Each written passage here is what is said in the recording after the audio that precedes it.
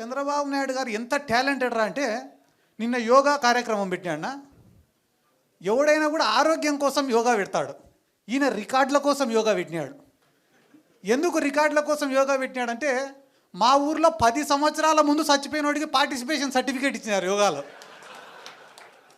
నిన్న మొన్న చచ్చిపోయినోడు కాదు, 10 ఏళ్ల ముందు చచ్చిపోయినోడికి పార్టిసిపేషన్ సర్టిఫికేటు యోగాలో. ఏమన్నా శివానికి శివాసనానికి ఒక సర్టిఫికేట్ ఇచ్చినారేమో. అంటే ఏం చేసినా కూడా దాంట్లో స్కామే ఉంటుంది తప్ప ప్రజల గురించి ఆలోచించి వాళ్ళు ఏమి కూడా చెయ్యరు. కానీ మీరందరూ కూడా గుర్తుపెట్టుకోవాల్సింది ఏమరా అంటే ఈ భారతదేశంలో ఇంకొక గొప్పటి అవకాశం.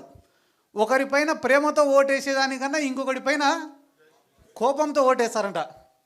ఈరోజు మళ్ళీ తెలుగుదేశం వాళ్ళకు ఫస్ట్ చెంపదెబ్బ అనుకోండి, మెట్టు దెబ్బ అనుకోండి, పడేది ఆడినా తెలుసా? ఈ వైన్ షాప్ల కాడనే. ఒరే వైన్ షాపులు వచ్చినాయి, ఇంకా మన గల్లాపేట నిండుతుంది, మన జోబులన్నీ నిండుతాయని అందరు వేసినారు ఆ టెండర్లు.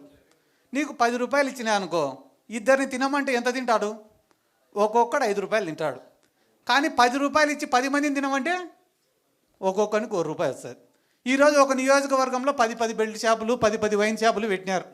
ఫస్ట్ తెలుగుదేశం వాడిది అనేది తెలుగుదేశం కార్యకర్తలే, వేరే ఎవడిది అన్నాడు. అది ఎప్పుడు తెలుస్తుంది? 2 ఏళ్ల తర్వాత లెక్కలు వేసుకునేప్పుడు తెలుస్తుంది ఎంత బొక్క పడింది అనేది. ఇప్పుడే తెలియదు. ఎందుకంటే నేను కూడా మా ఊర్లో ఒక ఏరియా ఉంటుంది, షికారిపేట అని ఒక ఏరియా ఉంటుంది మా ఊర్లో. ఆడ పాపం వాళ్ళు సారాయి కాసుకొని బతుకుతుంటారు. జగన్ సార్ గవర్నమెంట్లో ఇట్లా సారాయి గాయడం తప్పని చెప్పి కేసులు పెడితే దాదాపుగా 700 ఓట్లు ఉంటాయి అన్నాడు. 700 ఓట్లు ఉంటే 500 ఓట్లు టీడీపీకి మెజార్టీ ఇచ్చింది.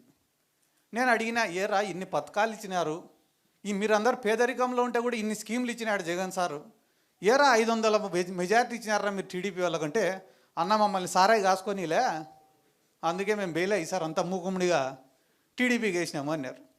సర్లే మొన్న ఒక కోర్టు వాయిదా ఉంటే పోతేనే పలకరించేదానికి వచ్చినారు. ఏరా ఇప్పుడు ఈ గవర్నమెంట్లో సుఖంగా ఉండారా అని. అంటే ఊర్లోనే ఎవరం లేమన్నా ఆయన. ఎందుకురా అంటే 99 రూపాయలకే మందు దొరుకుతాంటే ఇంకా సారాయి తాగేటోడు ఎవడన్నా. అంటే నువ్వేం తప్పు చేయాల్సిన అవసరం లే, ఉన్న ప్రభుత్వమే వాడి నెత్తి మీద వాడే టోపీ పెట్టుకునే రోజులు దగ్గరలోనే ఉన్నాయి. ఇక్కడ ఉన్న వాళ్ళకి చాలా మందికి కూడా నేను చెప్పేది ఏమరా అంటే, ఏమీ లేని కుటుంబాల నుంచి వచ్చి కష్టపడి ఎదిగిన వాళ్ళు ఉన్నారు, రాజకీయ నేపథ్యం నుంచి వచ్చిన వాళ్ళు ఉన్నారు, పేదరికంలో ఉన్నా కూడా ప్రజల పక్షాన పోరాడి వచ్చిన వాళ్ళు ఉన్నారు, నిజాయితీగా ఒక పార్టీనే నమ్ముకొని ఒక నాయకుడిని నమ్ముకొని పైకి వచ్చిన వాళ్ళు ఉన్నారు, బాగా మాట్లాడే వక్తలు ఉన్నారు. కాబట్టి అన్ని రకాల వాళ్ళు ఇక్కడే ఉన్నారు. కాబట్టి అందరికీ నేను చెప్పేది ఒకటేనా, చాలామంది నాయకుల్ని చూసినాం ఇప్పటి వరకు. ఇందాక మా మైదుకూరు అన్న కూడా ఎవరో ఏడున్నాడో అన్న, ఓకేనా, మా మైదుకూరు అన్న కూడా చాలా గొప్ప మాట చెప్పినాడు. రాజశేఖర రెడ్డి సార్ తోటి ఏ రకంగా అయితే అటాచ్మెంట్ ఉన్నిందో మాకు అటువంటి అటాచ్మెంట్ కావాలా జగన్మోహన్ రెడ్డితో, ఈ పదవులు కాదు ఇంకొకటి కాదు అని. నిజంగానే చాలా గొప్ప మాట అన్నది.